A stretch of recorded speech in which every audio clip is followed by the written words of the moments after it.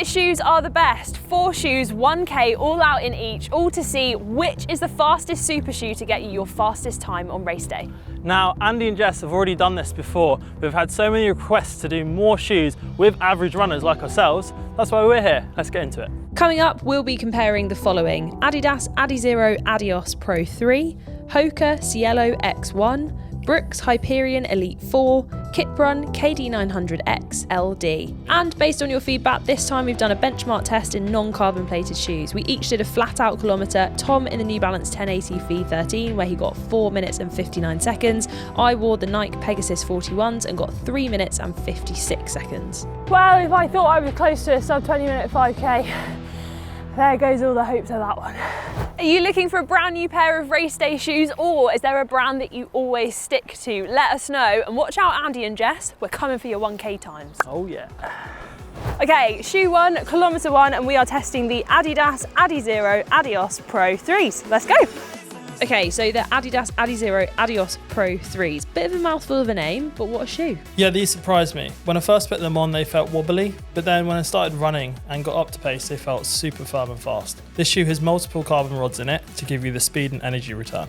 I didn't look down at my watch for a while in this test, and when I did, I was very surprised at the pace. It was like around 3:20 or something like that, which I definitely can't hold for a whole kilometre, but the shoe made getting up to that pace feel relatively easy. Because the shoe is so lightweight, there's not a lot of support for your foot. So I did feel like my foot was collapsing in towards the end of the kilometre. Yeah, I found that as well. As I got to the end of the kilometre, I definitely felt my form drop, and the shoe doesn't have a lot of support around the top of your foot and ankle, meaning it's easy to roll in or out. There is a lot of cushioning around the back of your foot though, so there was no rubbing at all, and I don't think I would get blisters in this shoe. Adidas have had this shoe since 2022, which is impressive considering most other brands have brought out a few updates since then. Compared to the everyday running shoe, it's safe to say that a carbon plate, or in this case carbon rods, make a huge difference, but I was still very tired by the end of the kilometre. I found them like a bit unsteady. It's kind of like we had a little conversation between me and the shoe saying like, come on, let's go. And they were like, okay, off we go. Okay, shoe 2, kilometre 2. Next up, we're testing the Hoka Cielo X1s. Let's go. The Hoka's had such a nice sock-like upper. I found it really easy to get a good fit. One thing to note though is that the laces start quite high up your foot. So if you had a wide foot like me, you get a really nice fit. If you have a narrow foot, it might be hard to get the shoe pulled in tight. The laces are interesting. They aren't super easy to tie, so I think I might be tempted to swap the laces out for something a little less stiff and more floppy, but that's just my personal preference. Now let's talk about the carbon plate, because this felt completely different to the Adidas. Yeah, I was surprised at how different it felt. They both felt fast, but the Hoka felt like the plate was kind of scooping up my foot and pushing me forwards. Rather than just giving energy return, it almost corrected my foot strike if I landed too far back, and it pushed my foot along. It felt really nice on the flat surfaces and the downhill sections, but was slightly less effective on the inclines on the course. Yeah, I felt a lot more supported in the Hokas as there was a good bit of foam under my arch and that the foam was cut away on the outside of my foot. This really suited my running style and helped my form towards the end of the kilometre when I was feeling tired.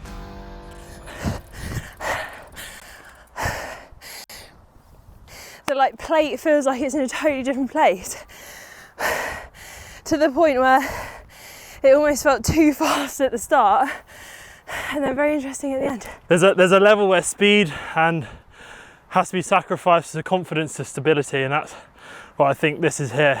Anyway, what I'm trying to say is I like these. They're really good. On to the next. God, I'm dying. Right, shoe number 3, kilometre number 3. Next up, we're testing the Brooks Hyperion Elite 4. Let's go.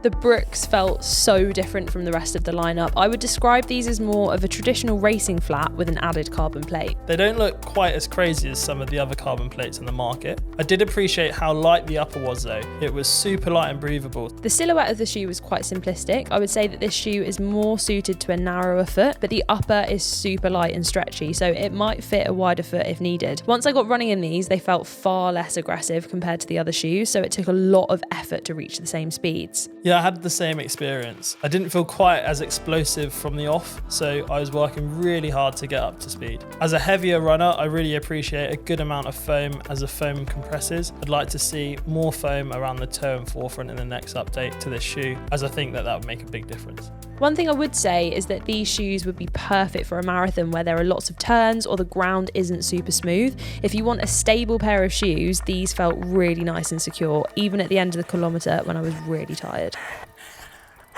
Me and my feet don't get on with these shoes.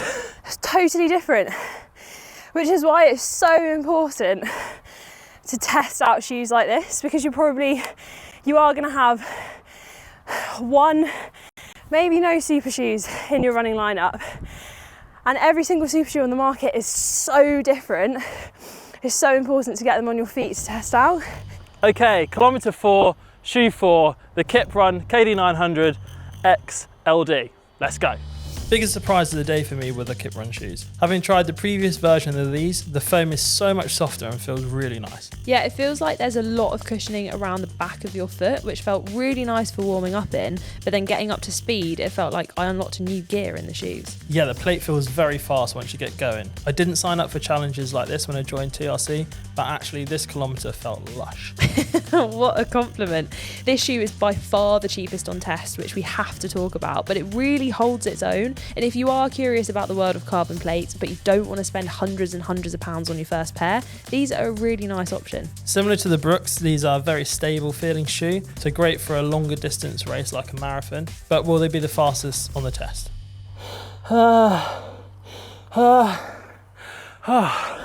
They just seem to give so much. I thought they were going to feel the same as the Brooks, but actually they felt similar to the Hoka. And in that last bit, they felt really, really nice. They just feel so cushioned. And there is you can feel the carbon plate, but also you can feel the cushion kind of like on the outside of your foot, which feels really nice. So we've tested 4 of the fastest super shoes, and now we're going to reveal our times. Reminder, we also did a baseline test in a non-carbon plated shoe. Tom, what time did you get? 4:59. Tom's holding his phone because he can't remember any of the numbers. I'm bad at maths. I got 3:57. So starting off with the Adidas. 4:44. Nice, so a lot quicker. Yeah, faster. Very nice. I got 3:48, so again, faster than not having a carbon plate. Then the Hokas. Big 4:40. Very nice. I was marginally quicker than the Adizeros. I got 3:46. Next up, the Brooks. They were 4:54, so significantly slower. Yeah, me too. I came up with a 3:52 in those, so a little bit slower. And then finally, the Kipruns. 4:43, which surprised me massively. Because it was fast. Yeah. Yeah, for me, these were the fastest. 3:39, which is a kilometre PB for me. Wow. Although I don't often race a kilometre, and I'm not sure I want to again after that. But what would you use these different shoes for? Well, if I was to pick, I would only pick 2 of these. I'd be picking the Hokas, and I could do everything in those that I'd want to. But if I had to pick, it would be for longer distance, marathons, half marathons, because they're stable and I felt like I could just kind of wear them all day. But then the Kipruns for speedy stuff, the 1Ks, the miles, the 5Ks, the 10Ks, anything of the smaller distances, I think these are the shoe.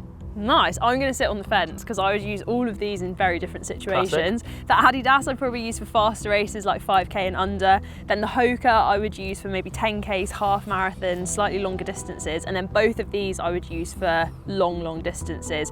The Brooks maybe if I've got loads of corners to do because they're just so stable. But then the Kiprun has a lot more cushioning and it felt much nicer. So I'd probably choose this for a marathon. You really thought about this, haven't you? I have. I've really thought it through. But if you had to pick one? I can't. I like them all. Probably the Kiprun. Okay, but that's what we've kind of picked. But guys, what would you pick back home? Yeah, let us know what is your favourite and what other super shoes would you like us to test. And now go and check out when our 2 speedsters, Andy and Jess, ran round here in 4 other super shoes. Don't we get to be called speedsters? No, we're not fast enough yet.